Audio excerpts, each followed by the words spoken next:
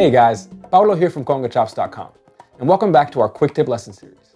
Now before we get started, make sure you hit like and subscribe, and turn on your notifications for the channel so you know as soon as our next lesson is up.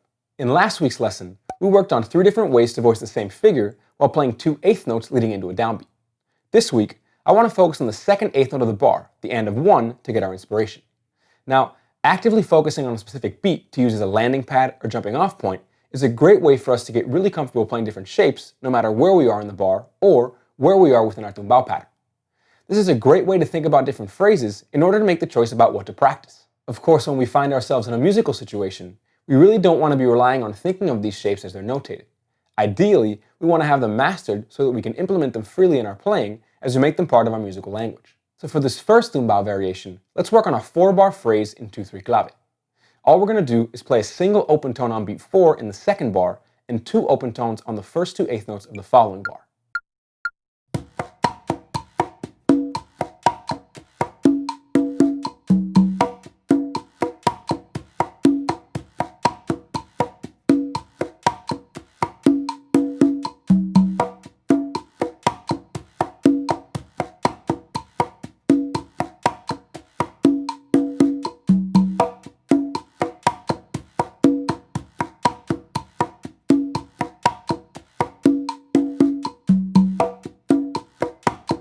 Now I really like how this feels when I leave a rest on the and of 4 to give the groove some breathing room. But if you want to play a ghost note or a tip instead, that can work great too. Just make sure you take the time to work it out slowly so you can adjust the sticking. For our next variation, we're essentially going to play the same thing, except we'll leave out the open tone on the downbeat. I'll also fill in those rests with a palm tip so you can hear the difference in the feel when I make sure I'm playing all of the eighth notes in the bar.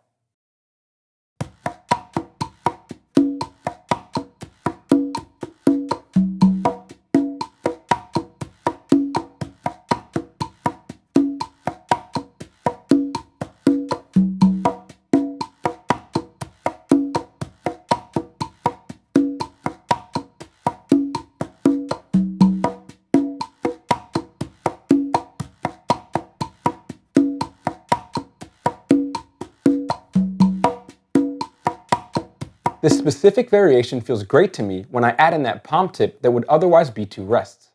But at a faster tempo, it might be a bit more comfortable to leave the empty space provided by 1 or 2 eighth notes. Now, these are small details that you can sort out as you go. Once you have the shape in mind of what you're hearing, you can always choose to stick it however it feels comfortable to you. Now, playing the downbeat with a less resonant tone like our tip as opposed to a more resonant tone like our open tone really helps accent the upbeat on the and of 1. Allowing that note to serve as a point of tension before we jump back into the groove.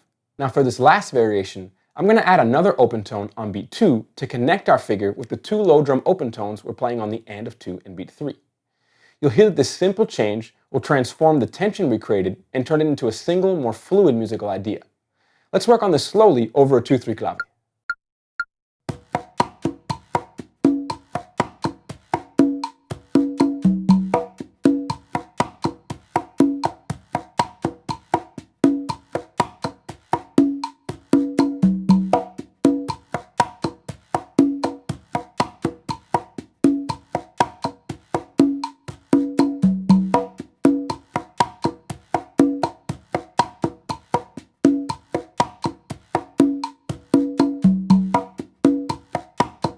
These 3 examples are more suited to be used as variations in the up section of an arrangement.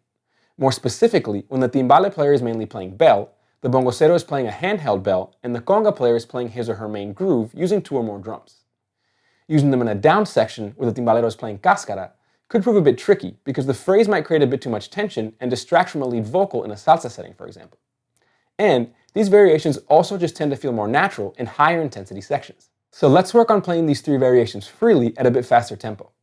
And remember that we can use these as often as we like, just as long as we're aware of the musical situation we're in.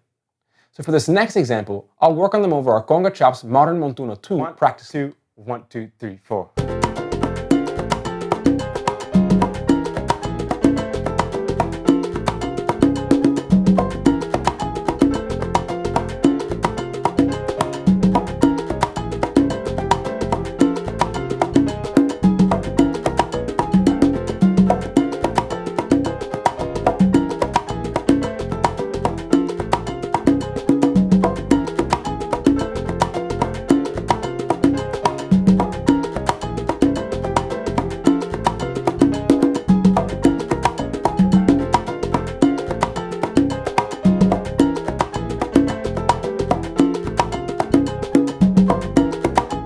So the key to implementing all of these variations effectively is to first develop a solid tumbao.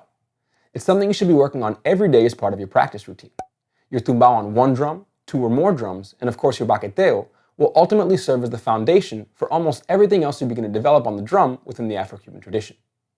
We then want to study these variations slowly with a metronome to polish the sticking and the tones, before we work on them at faster tempos and see if there's anything we want to adjust as we speed them up.